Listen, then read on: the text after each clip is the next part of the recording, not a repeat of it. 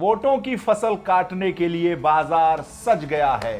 कोई 40,000 देगा तो कोई 50,000, कोई स्कूटी देने वाला है तो कोई लाखों नौकरी, और कोई तो कोई मुफ्त यात्रा भी करा देगा। बहुत होड़ लगी है मनोज जी दोनों पार्टियों में, जो आपस में 2027 में आमने सामने की लड़ाई करने जा रही है। योगी आदित्यनाथ ने कह दिया है कि वो अक्टूबर नवंबर तक मुफ्त स्कूटी बांटेंगे 50,000 छात्राओं को, 50,000 छात्राओं को, मेधावी छात्राओं को 50,000 छात्राओं को स्कूटी बांटेंगे, बटनी भी चाहिए जी। अखिलेश यादव ने कह दिया है कि वो 40,000 रुपए महिलाओं के खातों में देंगे। साथ में डिंपल यादव ने भी इसकी घोषणा की। अब योगी आदित्यनाथ ने कह दिया है कि वो 40 है, हम 50,000 देंगे। 50,000 हम 50,000 बनता भी है, सरकार में है। सरकार में। तो ये मुफ्त की जो घोषणाएं हैं, ये जो मुफ्ती है, ये जो फ्रीबीज है, ये एक ट्रेंड हो गया है। और कुछ भी कहिए, इसका फर्क चुनाव में पड़ता ही पड़ता है। जब पिछली दौरान मध्य प्रदेश का चुनाव हुआ तो उसमें जो सर्वे आ रहे थे, जो आम राय लोगों की बन रही थी, जो वोटर्स बात कर रहे थे, उनमें एक बात निकल कर आ रही थी कि शायद मध्य प्रदेश में इस बार भाजपा लूज कर जाए। लेकिन जो और गूढ़ ज्ञानी थे, उन्होंने एक बात कही कि लाडली बहन योजना जो है, वो योजना आखिरकार बीजेपी को जिताकर ही लाएगी। उस वक्त कह रहे थे, उनको भरोसा था। बहुत सारे लोग उम्मीद छोड़ चुके थे कि नहीं, अब की तो भाजपा गई। लेकिन कुछ लोगों के दिमाग में उस लाडली बहन योजना की जो असली आकृति थी, वो अभी भी रिफ्लेक्शन मार रही थी। उन्होंने कहा ना, ये लाडली बहन ना लाए तो बताइएगा। कुछ लोग कह रहे थे मामा तो गयो। हालांकि मामा तो गयो। नहीं, वो जाना लेके सरकार तो ले आए वो। हाँ, सरकार, लेकिन शिवराज सिंह की जो योजना थी, शिवराज चौहान की योजना थी, वो लेकर आई सरकार को। और वो आकलन करने वाले, विश्लेषण करने वाले लोग आखिरकार जीते, जिन्होंने कहा था कि हाँ, ग्राउंड जीरो पर निकलते हुए वोटर से जो बातचीत हुई है, जो सैंपल सर्वे है, उन सबको देखकर लगता है भाजपा जा रही है। लेकिन उन लोगों का, एक बहुत मुट्ठी भर लोगों का यह दावा था कि लाडली बहन जो है वो जिता ले जाएगी भाजपा को, और अंततः हुआ यही। आधी आबादी पर जोर। आपने देखा कि 60 से ज्यादा उम्र की जो महिलाएं होंगी, वो मुफ्त यात्रा करेंगी अब बसों में, सरकारी बसों में। योजना, इसकी घोषणा हो गई है। यानी आधी आबादी पर जोर है, महिलाओं पर जोर है, लड़कियों पर जोर है, स्टूडेंट्स जो खासकर कॉलेज गोइंग लड़कियां हैं, उन पर जोर है। और इसके बीच में अगर बात हम कहें तो ये एक अलग वोट बैंक है, जिस पर बीजेपी कई वर्षों से काम कर रही थी और उसको उसका फायदा भी मिला। और बीजेपी ये मानती है कि इसके बदौलत तो हम मुस्लिम घरों में भी मुसलमान महिलाओं के वोट पाते हैं। इसके आधार पर देखिए, मैं योगी आदित्यनाथ की जो स्कूटी वाली योजना है, जो 50,000 बच्चों को, बेटियों को जो वो स्कूटी देंगे, तो मेरा जो विश्लेषण है, जो आकलन है, वो ये पाता है कि ये स्कूटी मिलेगी किसको? ये स्कूटी लड़की को मिलेगी। किस लड़की को मिलेगी? जो मेधावी छात्रा होगी। है कौन ये जेनजी है। उस जेनजी की पहली डिमांड ही लाइसेंस टू फ्रीडम है। और लाइसेंस टू फ्रीडम लड़की को सबसे पहली बार तब मिलता है जब उसके हाथ में एक स्कूटी होती है, क्योंकि वो यूं बिना किक का इग्निशन दबाएगी और भर से चल देगी। वहां से उस लड़की को एक आजादी महसूस होती है कि हम उस चीज के मोहताज नहीं रहे कि पापा ड्यूटी जाते समय हमको छोड़ के आए, भैया नौकरी जाते समय मुझे छोड़ के आए। मेरी स्कूटी, मेरा सफर, मेरा मुकाम, जहां मुझे जाना है। और वो तेज भी बहुत चलाती है। अरे इस देश में तेजी का अधिकार सिर्फ लड़कों को ही नहीं है वीरेश जी, लड़कियों को भी है। जी। और अगर वो तेज चलाती हैं तो सुनीता विलियम्स को याद करिए, वो बहुत तेजी से ऊपर गई थी। वो क्या नाम, वो गुजरात वाली जो थी, दूसरी वाली, मैं उनका नाम भूल गया। वो भी अंतरिक्ष में गई। तो जब लड़कियां अंतरिक्ष तक पहुंच चुकी हैं, जब वहां तक जा चुकी फाइटर पायलट हैं, अरे फाइटर पायलट तो हैं ही। साएं साएं उड़ा रही हैं। हाँ, अभी ऑपरेशन सिंदूर हुआ था, 2 महिलाओं को ही आगे करके सारी प्रेस कॉन्फ्रेंस कराई गई, जिसमें से एक हिंदू थी, एक मुसलमान थी। क्या क्लियर मैसेज था, महिला अब अपने आप में एक शुभांकर बन चुकी है। शुभांकर इसलिए कि माना गया है कि महिलाएं अब कुछ नया कर सकती हैं। अब वो इस चीज की नहीं है कि मनोज राजन त्रिपाठी ने कहा अपनी बेटी से जाओ फलाने को वोट दे आना ना। 2 महिलाओं की बात तो छोड़िए, अभी जब तेल और गैस का संकट पड़ा इस देश पर, ईरान और अमेरिका और इजराइल का वार हुआ, तो एक लेडी बाहर निकलकर प्रेस कॉन्फ्रेंस की, joint secretary petroleum ministry Sujata Sharma की ब्यूरोक्रेट्स, और उसने बताया कि नहीं नहीं नहीं नहीं नहीं, यहाँ पे कोई गैस की दिक्कत नहीं है, सब कुछ सामान्य है, पेट्रोल डीजल सब कुछ सामान्य है। फिर प्रेस कॉन्फ्रेंस उस महिला का ही था, महिला का था। और विदेश में भी बैठ के महिलाएं बहुत जवाब देती हैं। मैं उनका नाम याद आ गया, कल्पना चावला, जो बेचारी दिवंगत भी हुई अंतरिक्ष यात्रा के दौरान। तो जब लड़की अंतरिक्ष तक पहुंच चुकी है, तो वो स्कूटी जो योगी आदित्यनाथ ने देने को कहा है, वो स्कूटी उसके लिए बहुत बड़ी चीज है। अब आते हैं कि इसके जवाब में क्या है। इसके जवाब में समाजवादी पार्टी का जेनजी बताता हूं क्या है। समाजवादी पार्टी का जेनजी है पुलिस की भर्ती। उन्होंने कहा है कि पुलिस भर्ती में 33% आरक्षण लड़कियों को, महिलाओं को। अब ये लड़की पढ़ के निकलेगी, तैयारी करेगी, दौड़ेगी, सब कुछ करेगी, और भर्ती में 33% का आरक्षण लड़की लेगी, किसी जात बिरादरी की हो, अगड़ी हो, पिछड़ी हो, दलित हो, कोई हो। ये किस उम्र की होगी? ये जेनजी होगी। तो उन्होंने भी जेनजी को टारगेट किया और पुलिस की भर्ती यानी एक सरकारी नौकरी का पक्का वादा कर दिया 33% आरक्षण के साथ। अखिलेश यादव ने कुछ इस तरीके से किया। और कैसे प्रेस कॉन्फ्रेंस हुआ? अरे सब महिलाएं थी, सारी महिला विधायक, सब महिलाएं थी, महिला नेता, महिला सांसद, इकरा हसन, प्रिया सरोज, डिंपल यादव, रागनी सोनकर, पूजा शुक्ला, ये सब आगे बैठे। कौन थी जो नहीं थी? हाँ, उसमें पूछा भी गया अखिलेश यादव के सवाल। हाँ बोले, आप जिससे चाहिए उससे सवाल पूछ लीजिए।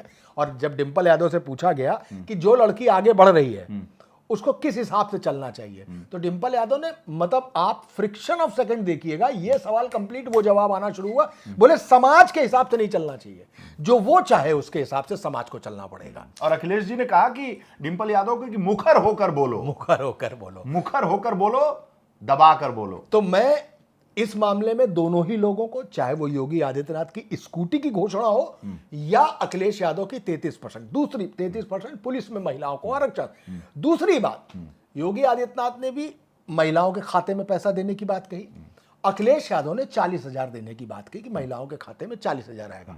आप ये समझिए कि जिस महिला को वो देना चाहते हैं, जो टारगेट है उनका, योगी या अखिलेश दोनों की बात कर रहा हूं, ये वो लोग हैं जिनके खातों में मतलब पिछले 20 साल से एक पैसा नहीं आया होगा, क्योंकि वो तबका है ये जिसको 20,000 40,000 मायने रखता है। वो जो पैसा आएगा, उस पैसे से उसके अंदर एक मजबूती होगी कि आज हमारे खाता में 40,000 रुपया पड़े हैं। इसमें अखिलेश यादव ने एक बड़ी चुटकीदार बात की है और बड़ा अच्छा पॉलिटिकल एक्यूमेंट लगाया है उसमें। उन्होंने कहा कि टीएमसी गई, बंगाल में भाजपा आई, अब भाजपा की जो सरकार है, उस सरकार ने घोषणा की है कि हर महिला के खाते में 30,000 रुपए साल देंगे। तो ये बताइए कि उत्तर प्रदेश में 10 साल से भाजपा की सरकार है, योगी आदित्यनाथ की सरकार है, बंगाल में पहली बार में ही घोषणा कर दी। 10 साल में ये क्यों नहीं सोचा कि उत्तर प्रदेश में भी महिलाओं को हमें पैसा देना चाहिए। तो 3,000 हम महीने के हिसाब से, साल का कितना हो गया सर भारतीय? 36,000। अब उन्होंने 40,000 की घोषणा क्यों की? उन्होंने कहा कि 36,000 रुपए ये प्लस 4,000 रुपया वो ब्याज जो आपको 10 साल से नहीं दिया गया है, इसलिए हम आपको 40,000 रुपए देंगे। तो कुल मिला के अभी तक का जो घोषणा पत्र है, चाहे अखिलेश यादव ने कहा कि 26,000 स्कूल खोल देंगे, अगर एक छात्र भी स्कूल में होगा उस स्कूल को खुला रहने देंगे। जितनी लड़कियां महिलाएं सब होंगे उनको मेट्रो फ्री कर देंगे, बस फ्री कर देंगे, अपने स्कूल जाओ जैसे जाना है, हम फ्री देंगे आपको। यही योगी आदित्यनाथ ने भी कह दिया कि 60 साल तक हम भी आपको फ्री करते हैं, आप जाइए। 60 साल के बाद की 60 साल के बाद के हम आपको भी मुफ्त देते हैं। तो कुल मिला के अब तक की जो ये फ्रीबीज घोषणा है, इसका जो केंद्र बिंदु है वो है महिला कल्याण। यानी आगे सरकार जिसकी भी आए, अगर योगी आदित्यनाथ की रिपीट होती है या अखिलेश यादव की आती है, इस बार 2 विभाग, एक महिला कल्याण, एक समाज कल्याण, इन दोनों को बहुत मेहनत करनी होगी, बहुत काम करने होंगे। और यह भी देखना होगा कि उत्तर प्रदेश सरकार का बजट कहां से लीक है। कुछ चीजों को बंद करना पड़ेगा इस पूरे बजट को लाने के लिए। महिलाओं का आंकड़ा निकाल लीजिए, 40,000 साल का रख लीजिए, उस साल से गुणा करिए और देखिए कि इतना बजट आप लाएंगे कहां से। तो ये लाना होगा। अच्छा, इसका असर इसलिए है कि आपने बिहार चुनाव देखा, सब लोग कह रहे थे कि बीजेपी वहां नहीं आएगी, हार जाएगी, चुनाव हार जाएगी, तेजस्वी यादव की सरकार बनेगी। और 10,000 की जो घोषणा होती है, 10,000 महिलाओं के खाते में जब जाता है, उसका रिजल्ट सबके सामने है। उसको लेके बड़ी हाई तौबा भी हाई हुई। तौबा में चुनाव के दौरान ही हो गया। और वो 10,000 रुपए महिलाओं के खाते में पड़े। तो ये जो ताकत है सरकार की, ये जो भरोसा है सरकार का, इसका असर तो रिजल्ट्स पे पड़ रहा है।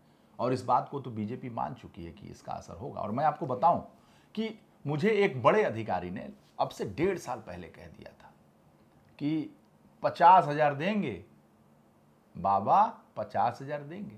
अरे हमें कहाँ लाओगे? बोले उसकी फिक्र छोड़ दो, सरकार के पास बहुत पैसा। फिक्र छोड़ दो कि फिगर छोड़ दो? फिक्र छोड़ फिक्र दो। छोड़ दो। हाँ, उसकी फिक्र छोड़ दो, उसकी फिक्र छोड़ दो। उसको जरा नहीं, फिक्र शब्द भी ठीक है।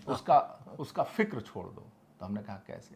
बोले बहुत पैसा है सरकार के पास। सरकार ने सारे जो लीकेज हैं उसको बंद किए हुए हैं, और वो लीकेज को बंद करके जो पानी इकट्ठा हो रहा है वही चुनाव में बटेगा, कटेगा तो बटेगा। हाँ। मतलब दूसरे विभागों का बजट कटेगा हाँ। और मुफ्त में बटेगा। आपको बताओ, और वो 1.5 साल पहले कह चुके थे। हाँ। मुझे आज उस बात को मैं याद कर रहा हूँ। मैं बहुतों को कह चुका था, मैं बहुत लोगों को कह चुका हूँ, मैं आपको भी कह चुका हूँ, आप भूल गए। हाँ, मुझे याद है। मैंने आपको आज से 2-3 महीने मुझे पहले कह याद दिया है था। जब भाजपा की नई कमेटी बनी थी, तब आपने मुझसे कहा था और ये बात कही थी कि किसी भी दिन ये घोषणा हो सकती है, और ये घोषणा है। हमने फिगर भी बताया था। हाँ, 50,000। 50। तो हर आदमी के 50,000।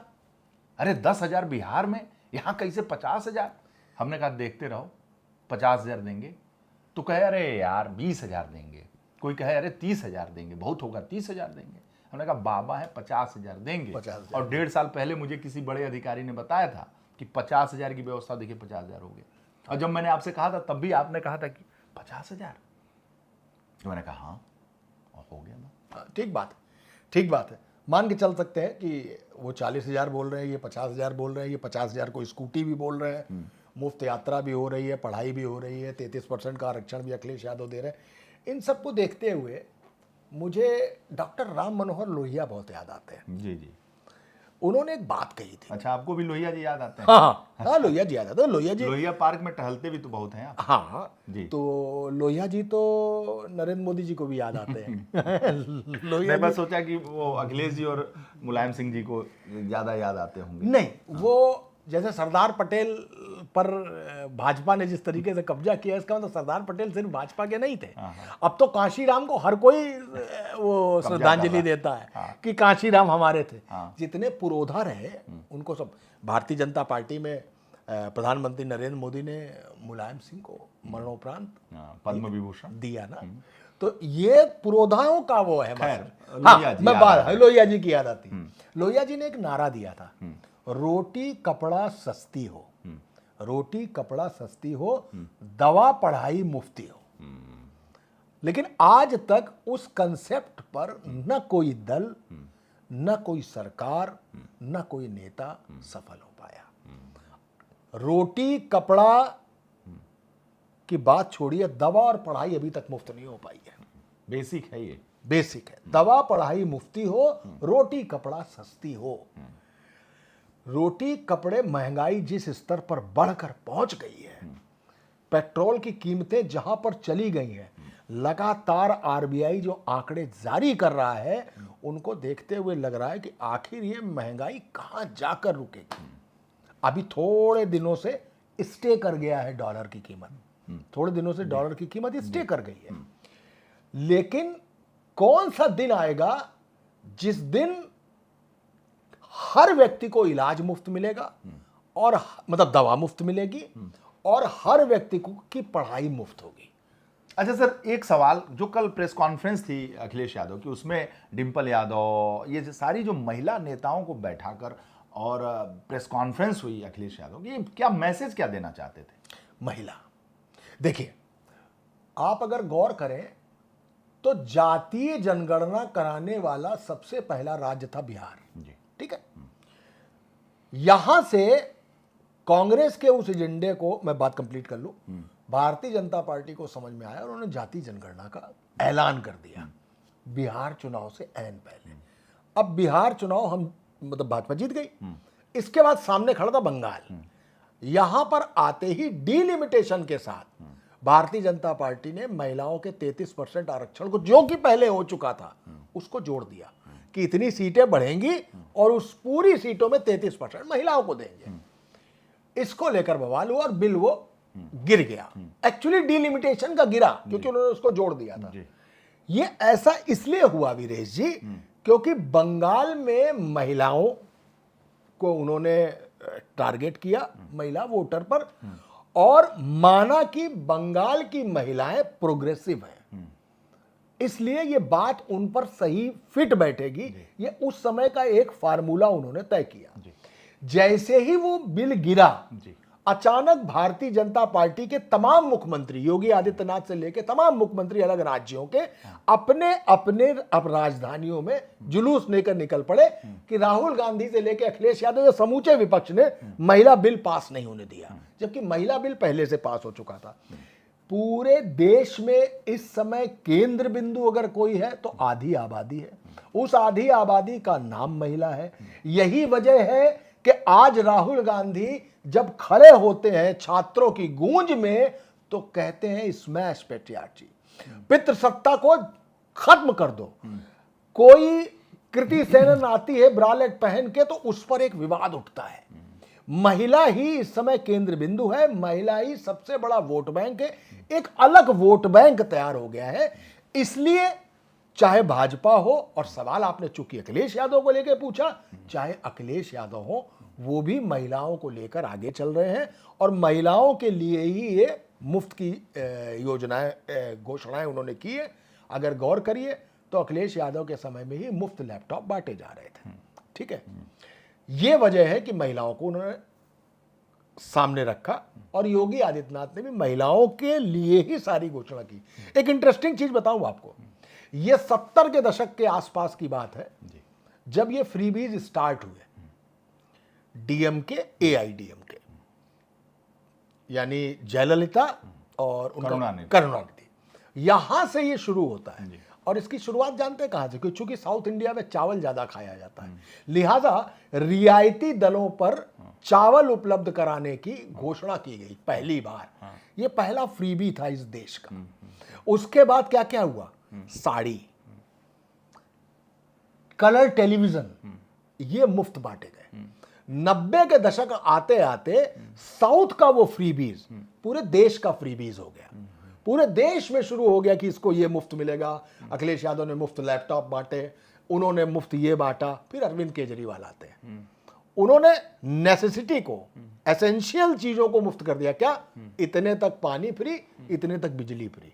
और दिल्ली की सरकार भरभरा के आ गई आम आदमी पार्टी की, और क्लिनिक खोल दिए मोहल्ला मोहल्ला जाके। वो फ्रीबीज का जमाना फिर वो लाडली बहन और तमाम सारी चीजों में होता हुआ चला गया, जो आज तक यहां पर है। सुप्रीम कोर्ट में एक रिट भी दाखिल हुई थी, अगर मैं गलत नहीं हूं तो 2012-13 की बात है, कि ये तरीका गलत है, ये तरीका गलत है। तो सुप्रीम कोर्ट ने कहा कि दलगत घोषणाएं, जो चुनावी घोषणाएं हैं, उसमें अगर इस चीज की कोई घोषणा है तो उसको गलत नहीं कहा जा सकता। अब सवाल मेरा आपसे, ऐन चुनाव के समय इस तरीके की मुफ्त चीजें बांटना क्या वोटर्स को रिश्वत देना है? वोटर को रिश्वत देना है, निश्चित रूप से है। उसको किसी तरीके से लुभाकर, अपने जाल में फंसाकर अपने पक्ष में मतदान का विषय तो बनता है, लेकिन इससे कोई अछूता है नहीं। हाँ, कोई अछूता नहीं। आप हिमाचल में देखिए, जो सरकार चल रही है, हाँफ रही है। पैसा नहीं है उसके पास, कांग्रेस की सरकार है, पैसा नहीं है कि दे सके, तनख्वाह दे सके, पेंशन दे सके, लेकिन मुफ्त फ्रीबीज के नाम पर उस सरकार आई है। ये दे देंगे, वो दे देंगे। और इंचार्ज कौन था पता है आपको? वहां राजीव शुक्ला जी थे, और प्रियंका गांधी के नेतृत्व में वो चुनाव हुआ था हिमाचल में, और बीजेपी की सरकार को हराकर, जयराम ठाकुर को हराकर वहां सुक्खू बने चीफ मिनिस्टर। और आज स्थिति यह है कि वो सरकार हाँफ रही है। मैं हिमाचल के चुनाव को भी कवर करने गया था, तो मैंने देखा था फ्रीबीज का क्या असर है वहां पर, और रिजल्ट बीजेपी के अगेंस्ट आई, और फ्रीबीज के नाम पर अब बहुत सारी चीजें वहां से सामने आती हैं कि पूरा हिमाचल इस वक्त आर्थिक दुर्व्यवस्था में फंसा हुआ है। मतलब उसको समझ में नहीं आया क्या करें, लेकिन इससे कोई असर नहीं पड़ता। मुख्यमंत्री तो कांग्रेस का है ना। इसी तरीके से बिहार में मुख्यमंत्री तो बीजेपी का है ना, बंगाल में बीजेपी का है ना। 3,000 रुपए जाने वाला है खाते में, खाते में जा रहा है तो ठीक है, तो इसमें कोई अछूता नहीं है। दिक्कत ये जो आपने कहा ना, डीएमके एआईडीएमके से ये मामला शुरू हुआ था, तमिलनाडु से ये मामला शुरू हुआ था, करुणानिधि और जयललिता ने इसको आगे बढ़ाया था, और धीरे धीरे उसका असर चंद्रबाबू नायडू से पहले एनटी रामाराव देखने को मिला। एनटी रामाराव के जमाने में पूरा जो आंध्रा एक था, तेलंगाना और आंध्र प्रदेश जब बटा नहीं था, तो उस वक्त के एनटी रामाराव, एनटीआर ने भी अपने चुनावी घोषणा में फ्रीबीज की घोषणा की थी, और उन्होंने भी कहा था कि हम आएंगे तो ये सुविधा देंगे, वो सुविधा देंगे। फिर राजशेखर रेड्डी की सरकार बनी, कांग्रेस की सरकार बनी, उसने भी चंद्रबाबू नायडू की सरकार रही। तो ये पूरा एक धीरे धीरे वहां से करते अब नॉर्थ इंडिया में आ गया, और नॉर्थ इंडिया में इसका इम्पैक्ट देखने को मिल रहा। जयललिता की एक अम्मा कैंटीन योजना थी। अम्मा कैंटीन में 1 रुपए का भरपेट इडली और सांबर और चटनी, जगह जगह स्टॉल, रिक्शे वाला उतरा, ऑटो वाला उतरा, गरीब उतरा, अमीर उतरा, कोई भी उतरा 1 रुपए में भरपेट उसने खाना खाया। और ये उस समय का एक फ्रीबीज था, ठीक है। वो साउथ से ही शुरू हुआ, लेकिन आज का एक रेगुलर फ्रीबीज देश में 83 करोड़ लोगों को मुफ्त का अनाज दिया जा, कोरोना काल से रेगुलर यानी हमारी 140 करोड़ की आबादी में 83 करोड़ लोगों को मुफ्त अनाज दिया जा रहा है, और ये रेगुलर फ्रीबीज है। और इससे सरकार के आने या ना आने का एक फर्क पड़ता है, ठीक है। मैं नहीं कहता कि उसको भोजन नहीं मिलना चाहिए। अगर वो बेचारा 2 जून का अनाज कमाने में अक्षम है, तो सरकार की जिम्मेदारी है कि सरकार उसका पेट भरेगी, क्योंकि एक बात है कि इस देश में कोई भी व्यक्ति भूख से नहीं मरना चाहिए। आज की तारीख में भी अगर भारत जैसे अन्न प्रधान देश में कोई आदमी रोटी की भूख से मर गया, तो इससे बड़ा लांछन देश पे नहीं। लेकिन सर, ये तो अब खाने से आप देखिए ना, जिस तरीके से ये राशन मिल रहा है, राशन ओवरलैप है, समझिए। उसको राशन लेके बेच देते हैं, दूसरी जगह बेच देते हैं। वो तो फिर झुग्गियों को रिहैबिलिटेट करके जो उनको मकान दिए जाते हैं, वो मकान भी वो लोग किराए पे उठा देते हैं, या उनको धीमे से बेच देते हैं अपनी एक समय सीमा के बाद। फ्रीबीज है तो दिया जा रहा है, अनाज तो दिया जा रहा है, ठीक है। मेरे ख्याल से 20 करोड़ लोग जो है आप इसको क्या कहेंगे, रिश्वत कहेंगे, क्या कहेंगे? भाई, जैसे उज्ज्वला का सिलेंडर आता है, वो सिलेंडर मुफ्त नहीं है, उस सिलेंडर का पैसा देना होता है आपको, ठीक है। वो सिलेंडर आपको, सिलेंडर ये मुहैया कैसे हुआ? जैसे हमारे और आप जैसे लोगों ने अपनी सब्सिडी सिलेंडर की, इसलिए सिलेंडर की कि हाँ, किसी मैकू को, किसी मुबीन को अगर धीरे धीरे पैसा दे के एक सिलेंडर का कनेक्शन मिलता है, तो मिलना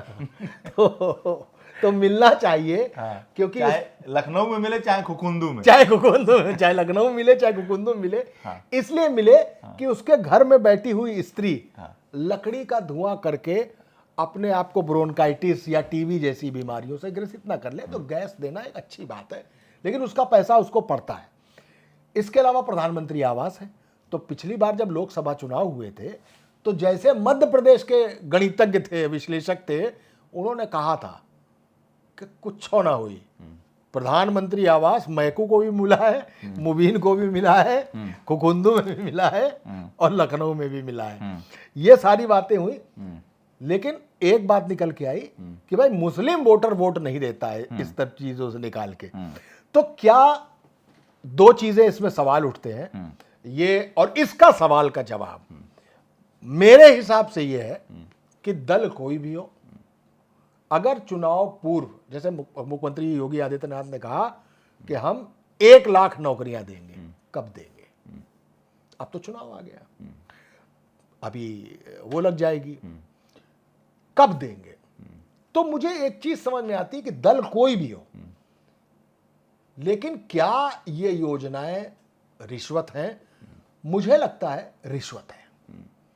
आप वोट, पहले याद है हमारे स्ट्रिंगर विजुअल भेज देते थे कि चुनावी रैली में नोट बांटे जा रहे हैं, तो वो नोट बांटते बांटते माना जाता था कि गलत काम हो रहा है, तो चुनाव, लेकिन सर एक तो सवाल चुनाव ये है आयोग कि को उसको शिकायत होती जो थी। सरकारें हैं ये लोक कल्याणकारी सरकारें हैं, कोई भी किसी की भी सरकार बनने पे लाए ना। हाँ, लोक कल्याणकारी सरकार है। हाँ बिल्कुल, तो लोक कल्याण के लिए सब फ्रीबीज दे रही हैं। अब इसका असर अर्थव्यवस्था पर जो मध्य वर्ग पे जो है, जो टैक्स पेयर है, उनके ऊपर भार पड़े जाने, लेकिन फ्रीबीज के नाम पे सरकारें आ रही हैं, बच रही हैं, बनाई जा रही हैं, तो बनाई जा रही हैं, मतलब रिश्वत है अब जो है सर। लेकिन लोक कल्याणकारी सरकार है। हाँ, कहते हैं ना कि ये लोक कल्याणकारी सरकार, मुझे- यानी सरकार जनता के लिए है, ये लाभ के लिए नहीं है। लाभ कैसे नहीं है? सरकार, लिखित पढ़त की बात हो रही है, आप बाकी आप जो करिए, लेकिन सरकारें जो होती हैं वो लोक, डेमोक्रेसी में लोक कल्याणकारी सरकारें होती हैं। हाँ, हाँ। लोक के माने जनता के कल्याण के लिए सरकारें होती हैं। सरकार लाभ कमाने के लिए नहीं है, लोक के कल्याण के लिए। तो लोक के कल्याण के लिए जो उसको मिल रहा है वो बांट दे रही है। दलगत सरकार को रिपीट कराने के लिए या दलगत सरकार को सरकार में लाने के लिए, दलगत दल को हाँ। सरकार में लाने के लिए, तो ये रिश्वत है। अगर कोई भी ला रहा है, मैं इसको रिश्वत मानता हूं। जो व्यक्ति सरकार में आ गया उसके बाद कहे कि अब हम सरकार में आए हैं और हम सरकार में आकर आज एक घोषणा करते हैं कि इनको स्कूटी देंगे, हम लैपटॉप बांटेंगे, हम 33% आरक्षण देंगे, हम इनको मुफ्त यात्रा कराएंगे, तब तो लोक कल्याण। आप एक डिपार्टमेंट खोल दीजिए, जल जैसा डिपार्टमेंट, जल शक्ति हो गया ना। गंगा के लिए एक अलग डिपार्टमेंट खोल दिया, नमामि गंगे खोल दिया गया ना। तो आप सरकार में आए, अपने काम पर आए, अपने वादे पर आए, लेकिन इस रिश्वत वाले वादे पे नहीं। आपको आना तो उसी तरीके से। जिसको आप रिश्वत कह रहे हैं उसको पार्टियां लोक कल्याणकारी सरकारें कहती हैं। लोक कल्याण के लिए, कि महिलाओं के लिए, आधी आबादी के लिए, लड़कियों के लिए स्कूटी देंगे, युवाओं के लिए नौकरी देंगे, सब कुछ देंगे, तो कल्याण की योजना है। विभाग भी तो है, समाज कल्याण, अल्पसंख्यक कल्याण, महिला कल्याण। तो कल्याण होता किसका? समाज कल्याण किसी भारतीय जनता पार्टी, समाजवादी पार्टी या मायावती का नहीं है, बसपा का नहीं है। नहीं। वो समाज कल्याण विभाग है। विभाग, वो समाज कल्याण विभाग भिक्षुओं को आश्रय देता है, परिवारहीन लोगों को अनाथ वहां ले जाता है, वृद्धाश्रम ले जाता है, बहुत सारी योजनाएं हैं कि उनका क्या होगा, उनके लिए विभाग है। लेकिन आप अगर इस तरीके का कोई लोक कल्याणकारी विभाग खोलें कि महिला विभाग से अब इतने को स्कूटी मिलेगा, तो कुल मिला के क्या है ये मतलब? अगर मैं चुनाव के तौर पर, मैं चुनावी तौर पे, चाहे भले वो साउथ से शुरू हुआ हो, चाहे वो अम्मा कैंटीन सरकार के बाद शुरू होनी चाहिए, घोषणा पत्र में नहीं होनी चाहिए। इस तरीके की अरविंद केजरीवाल की मुफ्त जल और पानी की, बिजली की योजना को, इसको मैं चुनाव पूर्व की रिश्वत मानता हूं। मैं मानता हूं, ठीक, ये रिश्वत है। आप सरकार को अगर लोक कल्याणकारी होना चाहिए, अब चूंकि उनका नाम लोहिया है, अब लोहिया को आप समाजवादी पार्टी से जोड़ेंगे? नहीं, लोहिया थे, वो एक विचारक थे। लोहिया के उस नारे का पालन होना चाहिए जिसमें उन्होंने कहा था कि रोटी कपड़ा सस्ती हो। अगर रोटी और कपड़ा सस्ती है तो मैकू के लिए भी है, मुबीन के लिए भी है, लखनऊ में भी है और कुकुंदू में भी है। दवा पढ़ाई मुफ्ती हो, दवा और पढ़ाई अगर मुफ्त है तो मैकू का बच्चा भी पढ़ेगा, मुबीन का भी पढ़ेगा। जैसे 83 करोड़ लोगों को जो भोजन मिल रहा है उसमें मैकू भी है और मुबीन भी है। प्रधानमंत्री आवास मिल रहा है, मैकू भी है, मुबीन भी है, लेकिन यह सरकार आने के बाद किया गया है। लेकिन ये जो घोषणाएं दोनों तरफ से हो रही है उत्तर प्रदेश में, हाँ, ये तो बाजार इसका क्या, इस बाजार में क्या होगा, ये हाँ, कौन बाजी मारेगा? हाँ, ये बाजार है। हाँ, इससे एक काम होता है कि सरकार या उस दल की जो खामियां होती हैं, वो खामियां, अच्छा ये 40,000 देता है और ये कितना देता है, ये 50 देता है, अच्छा और कल कोनो आ गया बोला 60 देंगे, तो उस दल की जो अपनी खामियां हैं, वो खामियां इस 10,000, 5,000, 6,000 में साइडलाइन कर दी जाती है। दल का क्या सिद्धांत है, दल का क्या मॉरल है, किस हिसाब से वो सरकार में आने जा रहा है, क्या करने जा रहा है, ये ज्यादा बड़ी बात है, इस पर बात करनी चाहिए। उसको लेकर जैसे कांग्रेस को लोगों ने हटाया, भारतीय जनता पार्टी को सत्ता में बैठाला कि ये सरकार आ रही, कुछ नया करने जा रही, चांस ऐसे मिलना चाहिए। और खासकर महिलाओं को ये सारे वादे किए हाँ, जा रहे हैं। महिलाओं के लिए तो महिला तो हाय नारी अबला तेरी यही नहीं, कहानी। इसलिए किए जा रहे हैं हाँ। कि कुछ सालों से बीजेपी ने महिलाओं का एक अलग वोट बैंक बना लिया है। उस वोट बैंक में किस तरह से सेंधमारी कर सके समाजवादी पार्टी ने, उसके लिए अपने पूरे योजना को तैयार किया है और अपने पूरी महिला ब्रिगेड के साथ उस पर हमला किया है। हाँ। और ये दिखाने की कोशिश की है कि हम बहुत शिद्दत के साथ इस योजना को लागू करेंगे अगर सरकार में हम आएंगे तो।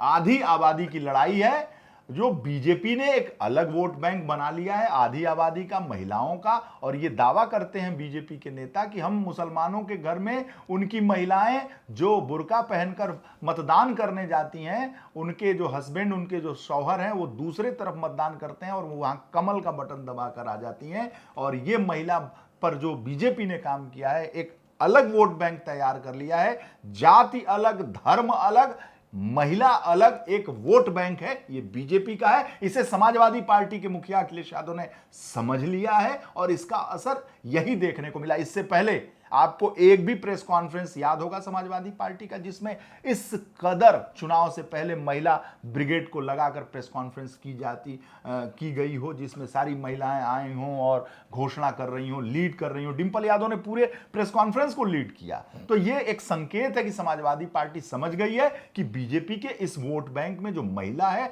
आधी आबादी है, उसमें सेंधमारी करनी है। आ गया, मैं भी आ गया।